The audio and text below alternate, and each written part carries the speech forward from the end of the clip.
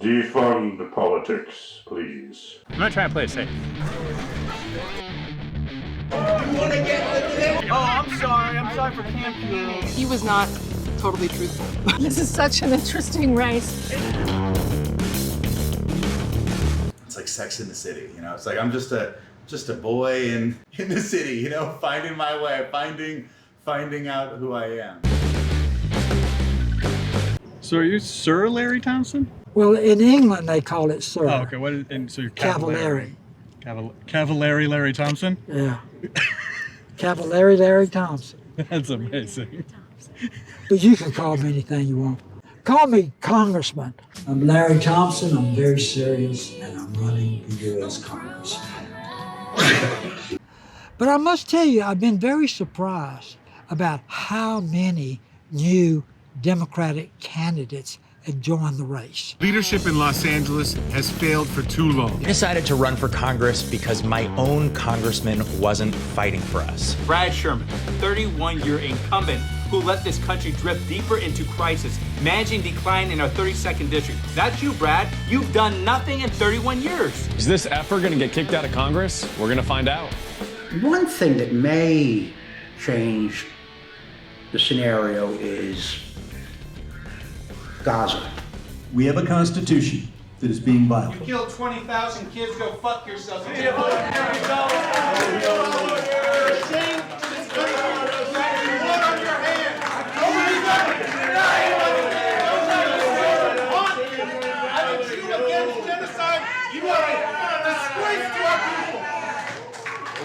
As you see, I face a number of attacks.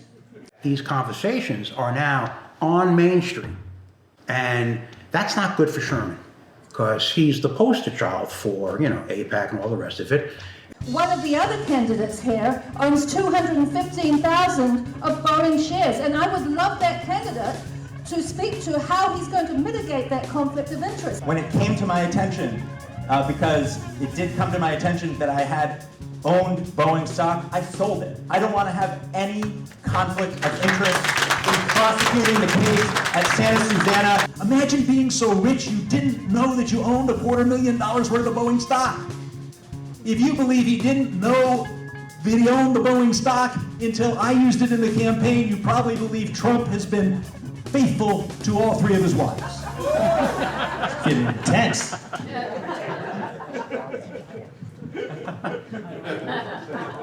Just started. It's gonna be a long night. If you're anything like me, you've probably wondered, how much does it actually cost to run for office? When it came to the fundraising part, it was the part that I was the most sure of at the beginning. I'll be able to raise $1 million. So that was just like, when I would talk to people, they were like, how much money do you think you have to raise? Oh, $1 million. And they were like, okay, well, how are you gonna do that? Yeah, I think I know how to raise $1 million, you know? I was pretty consistently discouraged from running. I was told that you would need $200,000 for Brad Sherman to even look at you, like even care.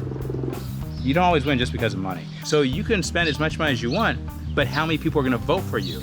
It's going to be very interesting how many votes are counted on June 2nd. Nobody knows how many votes are going to tally up. They don't know. There's times when I don't know if I can do this. As you can see, I have no problem being in a bad position, trying to survive. The thing that Jake is able to do better than anybody is to raise money. But the thing I feel like that should matter least is how much money can you raise. He thinks he's gonna cakewalk his way to a second place finish. But I don't know if $1 million can buy you 40,000 votes in the valley. We'll see. We'll see. Politics is nothing but show business for ugly people. That's what it is. It's show business for ugly people.